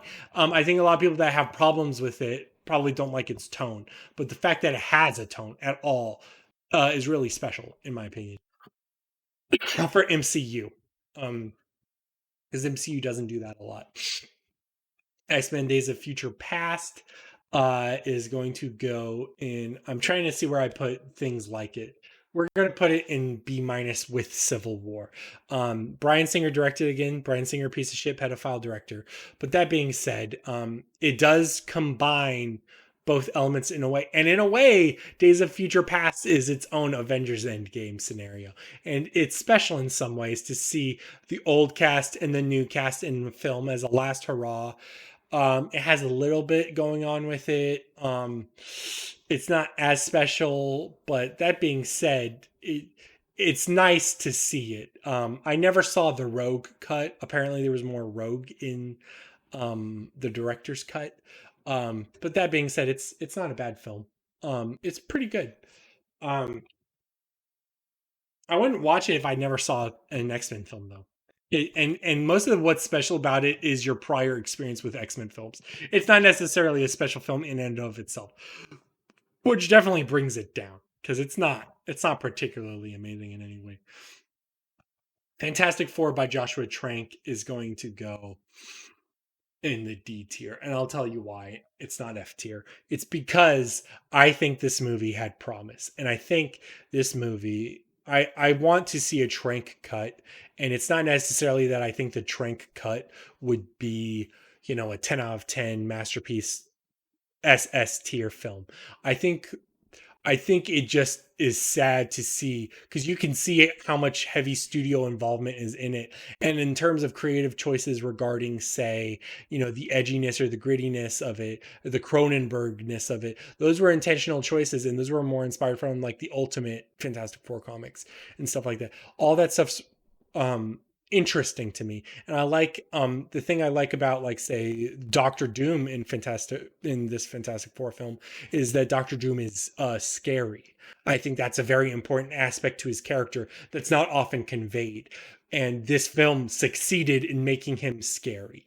Um, but that being said, it turns into a boilerplate superhero film, and it clearly was not trying to be. Like, you can see where the reshoots happen, and it just is so disappointing. It's just not.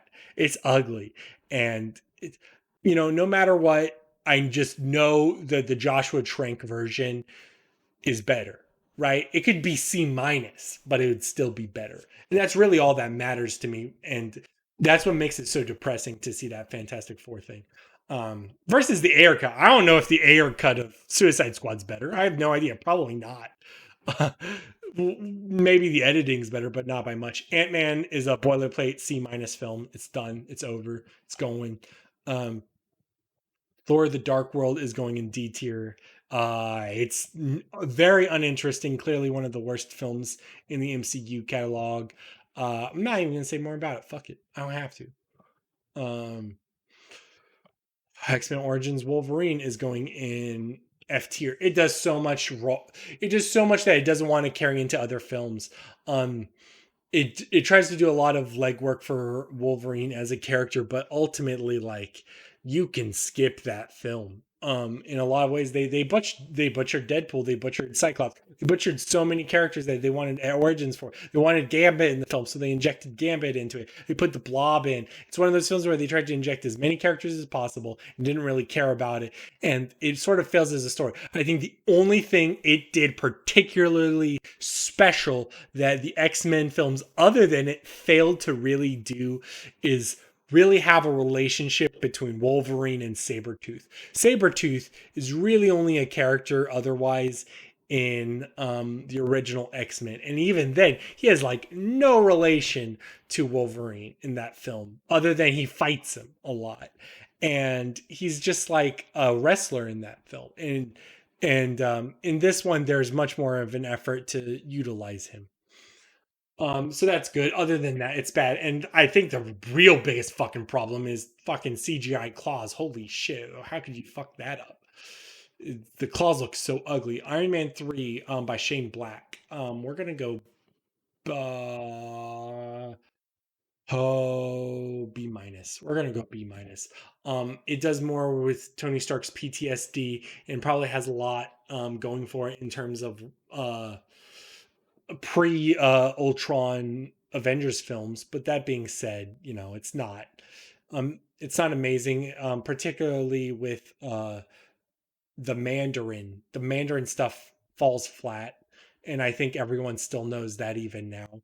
I don't mind Guy Pearce as a villain, and I don't mind the idea of the Mandarin twist. I like actually. Oh my god, how the Ben Kingsley? I almost lost it. Ben Kingsley's Mandarin being a fake Mandarin. I think that's really cool stuff. I do. I really do. That being said, you know there are problems with the film, like the kid. I don't think the kid stuff's particularly engaging. Tony Stark has a long section in which he deals with the kid, and I don't think the kid actor's bad, but I just think the film sort of doesn't know where it's going when it goes into places like that.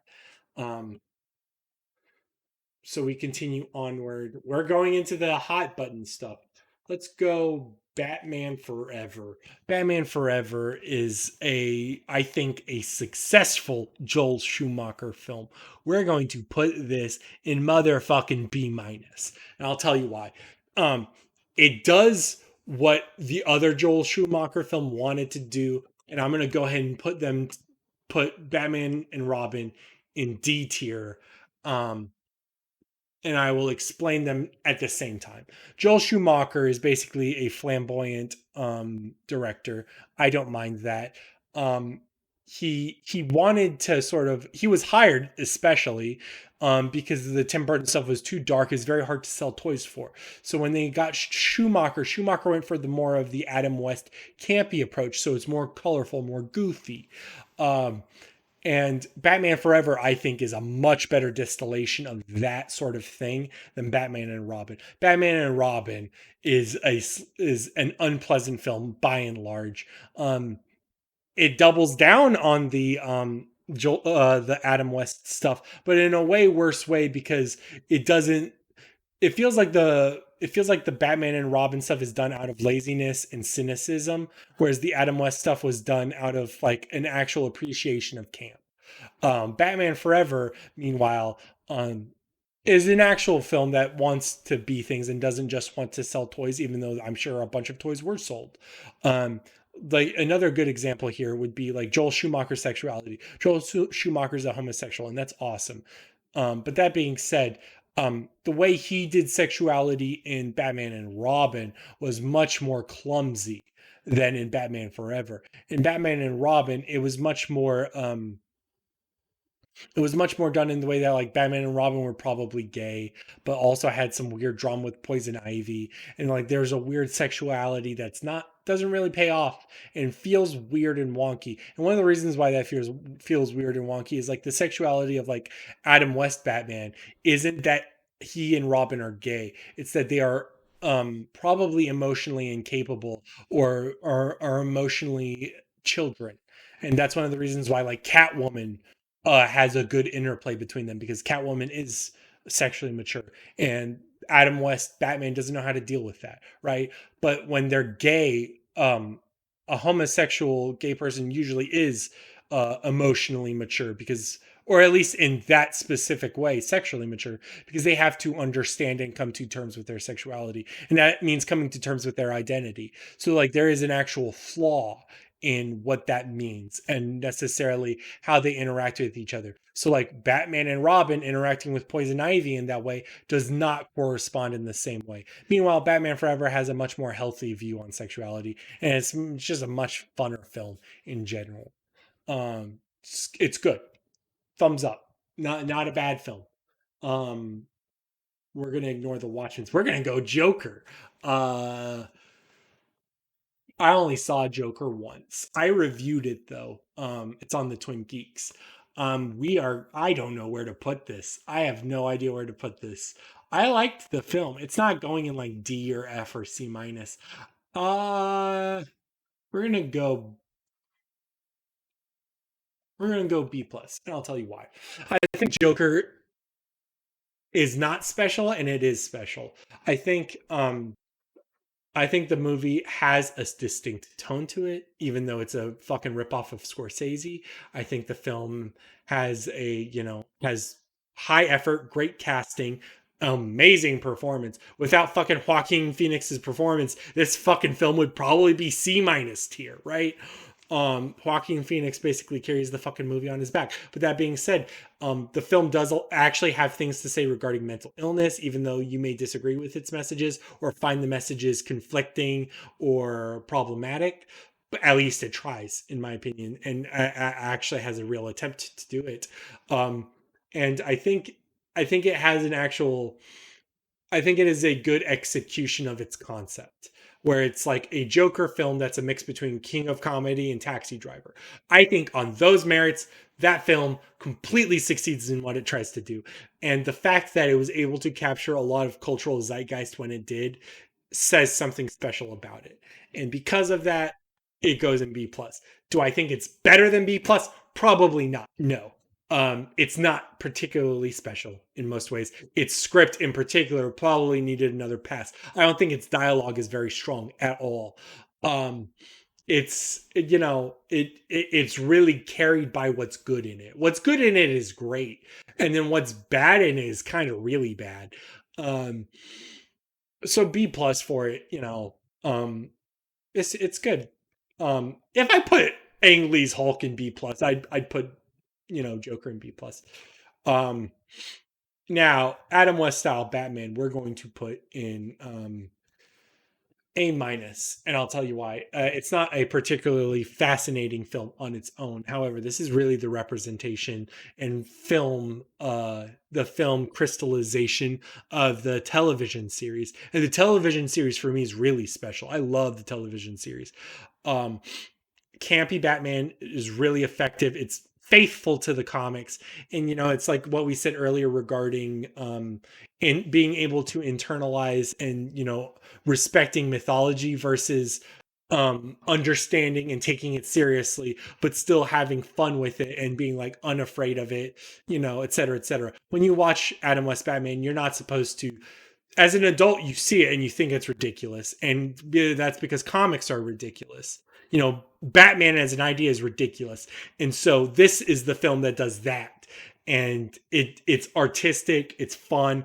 The problems with it are it's not a very coherent fucking film. It feels like an extra long TV episode, and it kind of shows.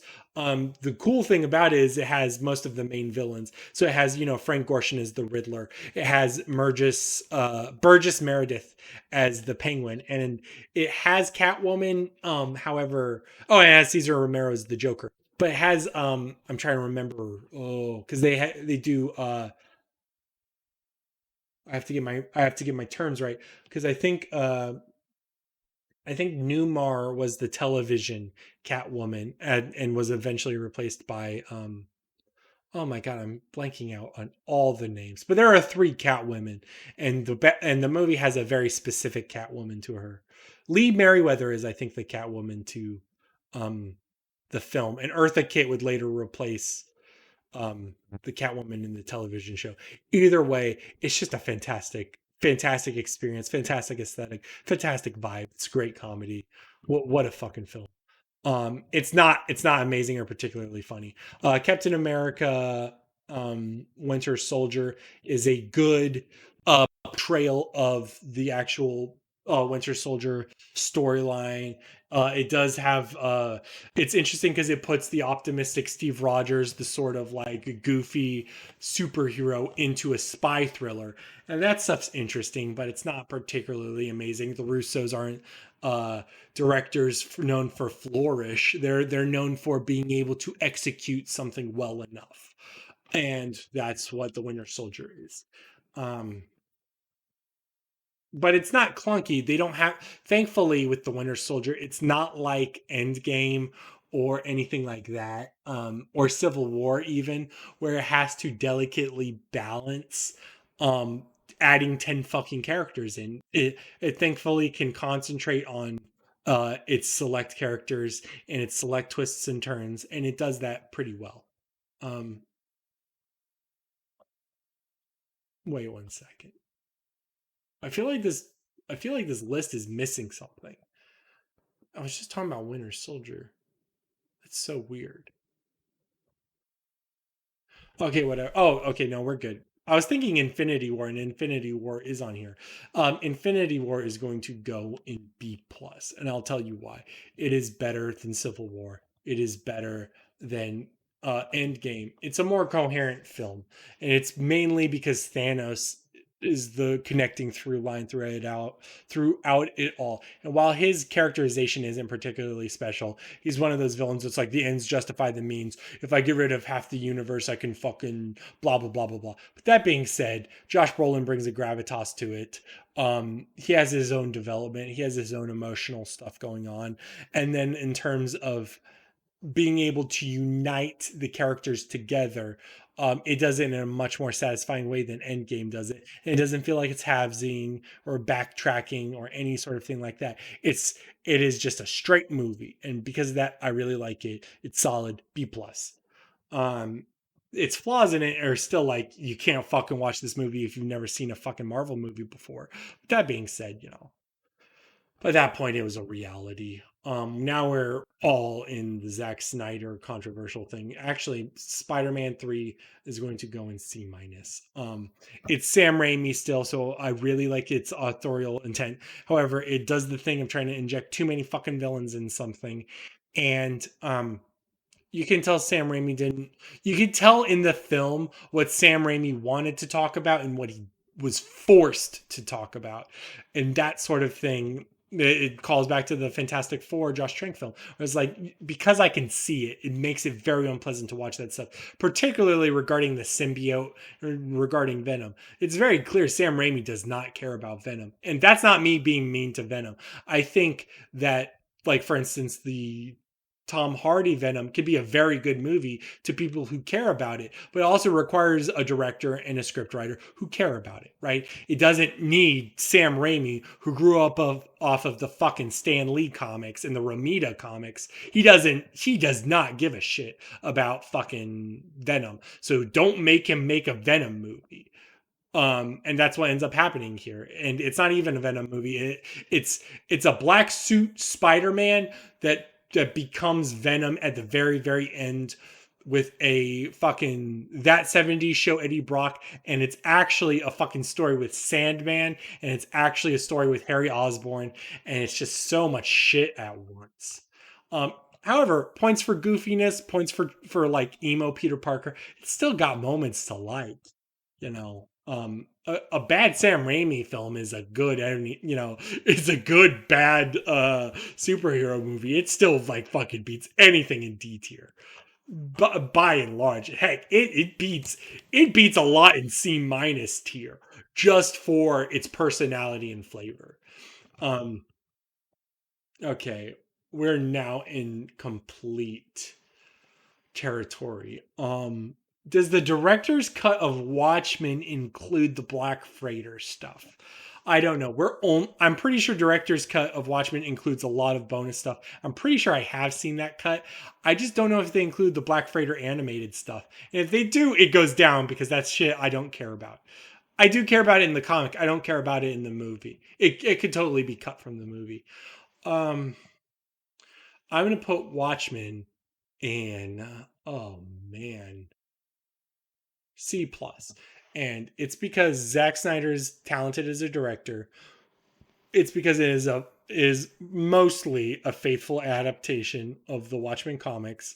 It's not necessarily a faithful adaptation in ambition for what it's trying to convey.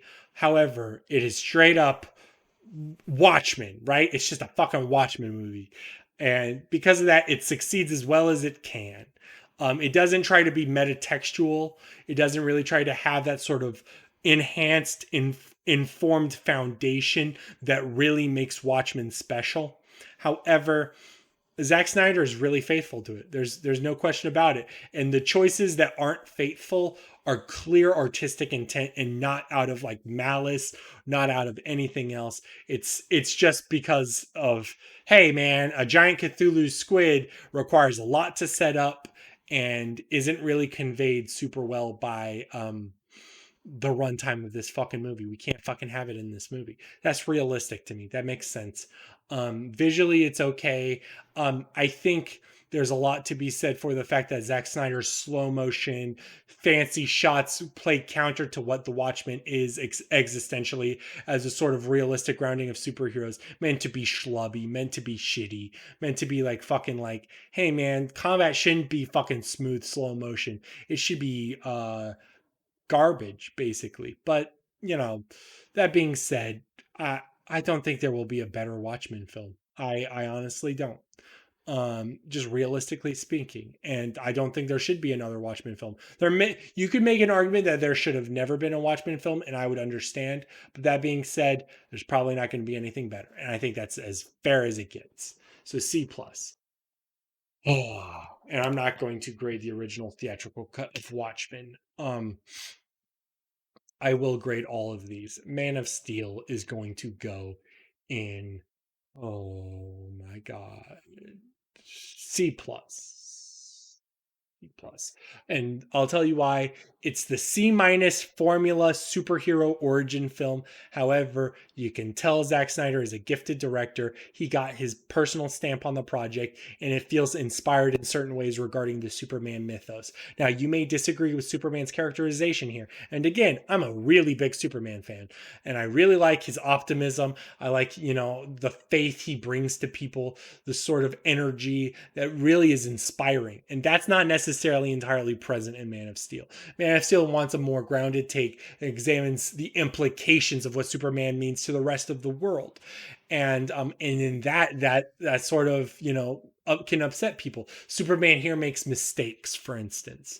Or another example would be like just the grotesqueness of like killing Zod. However, these are also creative decisions that I would respect in the film, and I do respect them. I think the first half is much stronger and much more inspired. It takes a lot from Birthright and other things in terms of inspiration in terms of what it's going for. But that being said, like even like the sci-fi ness of Krypton and whatever, I think that stuff's really cool, really inspired. Russell Crowe's good casting, Henry Cavill's good casting, Amy Adams is Lois Lane, good casting. Fucking, oh my god, how could I forget his name? Terrence Stamp is the original Zod from Superman 2. He's a really good Zod. What's his Michael Shannon? Michael Shannon Zod is amazing. Michael Shannon is an amazing actor. Wow, what stuff. That being said, it is a movie that feels very generic at multiple points, and especially by the second half of the film, you're ready to leave the theater. You're ready to end the film. You've gotten what you needed to get out of the movie, and that's a problem, pacing wise. Okay, it's time. I don't know which one's the theatrical cut and which one's the ultimate edition. I'm pretty sure this one is the ultimate edition. So the theatrical cut of Batman versus Superman is going to get a D, and maybe a C minus. I'll put it in C minus to be forgiving. But it might be D. The theatrical cut butchered it by a lot, and spoiler alert, I do like the Batman versus Superman movie. I think what it does is interesting. Um, I think Snyder tries to bring a lot to the table. And again, you can agree or disagree regarding characterization or how lazy or uninspired the thing is. Like you may think Lex Luthor is really shitty, or you may look at the cynicism of the third act, where the third act is ultimately sequel set up and fighting a giant monster that wasn't really set up in the rest of the film. And those things are completely fair. I would completely agree with you on those things, or like Batman killing, or like things like this. Like I understand if you have those problems. I personally don't have those problems. My real problem with the theatrical cut is probably third act monster fighting, sequel setup, and then the butchering of the runtime. Um, in my opinion, what's more important in this film is developing the relationship between Clark Kent and Bruce Wayne and Batman and Superman. and developing that and fostering that over sequel setup, over the runtime regarding Wonder Woman. All these things do not matter nearly as well or nearly as much as their relationship. And their relationship is what really got cut. Like Clark Kent's motivation for investigating Batman, Batman's flaws, all that stuff gets cut. There's like fucking 40 minutes of the film cut. It's crazy. Um, it's insane. And especially a lot of stuff regarding like the actual mechanics and plot holes of the film, in terms of like Lex Luthor's plot or the situation in, I don't know if it's Afghanistan or wherever, I don't remember. But those sorts of dramas are completely addressed in the actual director's cut. And with that, we're going to go to the actual director's cut. The actual director's cut of the film, I think, is going to go. Let me think. Let me think real quick. I'm gonna put it in B plus. I'm gonna put it in B plus because I think it's sort of the same sort of thing as Joker, or same thing as Ang Lee's Hulk, where I can feel its artistic inspiration. There's a lot to like about it, and there's a lot to dislike about it. What's good is great, and what's bad is really bad. And I think the very fact that I can see so much, that I can see what I like in it so well, is special to me. I particularly like the inspirations taken from like The Dark Knight Returns. I like Batman's characterization. I think Zack Snyder does a really good Batman. I don't think Lex Luthor is just a Joker ripoff. I think the problem with Lex Luthor is by the time he gets to making Doomsday, he becomes a boilerplate villain. But the anti-theist Lex Luthor mixed with the Mark Zuckerberg cool Google thing, I think that stuff is very inspired reinventions of Lex Luthor. I think a lot of people just wanted a DC animated fucking live action movie. Or they wanted a live action DC animated universe movie. And that's the thing I don't want. That's the thing that I think is lazy. And that's the thing that like Marvel would have done. If Marvel owned fucking DC, they would have just fucking made a DC animated universe, fucking Bruce Timm, Batman the Animated Series esque universe. And I don't mind that, but we've done that. That's done. And we've had that content. And I want different ideas. And I think Zack Snyder brings that to the table. Now you could say Zack Snyder is not uh particularly mentally taxing. You could say that he's a little bit of a musclehead and doesn't necessarily understand all of the themes at play, and that is definitely true. I don't think he's like brilliant, but at the very least he's talented and he has effort put into it. And the actual director's cut of the film does a lot more for explaining the problems people might have with it. And I think most of the other problems people have with it have to do with characterizations. And I understand that. And, whatever, that's fine. But I don't mind it. Who cares? Whatever. So that's my list. And then if I were to put Suicide Squad, the James Gunn Suicide Squad, looking at this, I'd probably put it in A minus or A plus. A minus or A plus here. I really enjoyed it. If it is also feels like there's a personal stamp on the film, yet it also feels very true adaptation to what the Suicide Squad was. Feels like a very true adaptation to what the comics are. Yet it's also feels like a DC expanded universe film. Like all that stuff is very impressive. Is it perfect? No, but also this is a fucking trauma person making a fucking movie, and it's R rated and it's gritty and it's better. I like it more than Guardians of the Galaxy stuff. So like A minus or A plus for sure for that. And then let me look through this list one more time, see if there's anything I personally disagree with. Um,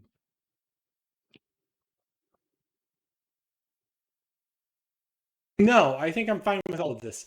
I think people could argue perhaps that the A plus section right here isn't really A plus and is really just belong like these might belong in the same category as this, and I understand that. I think what separated these two categories for me was that um, these films felt realized, like fully realized, whereas these films had a problem, like something. There's like an ingredient off, and that's not necessarily really bad. An A minus and an A plus is basically same ballpark, but like, it's just one of those things where I don't think it's as pristine. And that's really it. But yeah, so that's the list.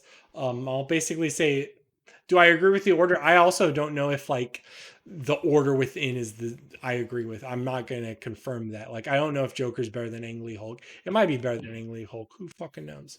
Batman 89 may be A minus. Who knows? Yeah, if you feel like a specific movie you like is particularly like better, deserves one tier higher or one tier lower, I totally get that. I think these movies are flexible in that way, but like I also don't think anyone should rightfully argue that the Whedon cut of Justice League is up into SS. Oh shit, there's no Snyder cut Justice League. Oh fuck. Snyder cut Justice League I would probably put in B minus. It's not as artistically involved as Batman versus Superman. However, it feels like a fully realized film. Feels more coherent. Feels great, and it actually feels more ambitious to me than an Avengers film in terms of what it's trying to do. So that stuff's really really cool. But like even then, it's whatever. Okay, so that's my these were my takes. I hope y'all had a great time. I did. See you all next time. Let me know if you guys want more tier videos because I had a good time doing this. And bye everybody.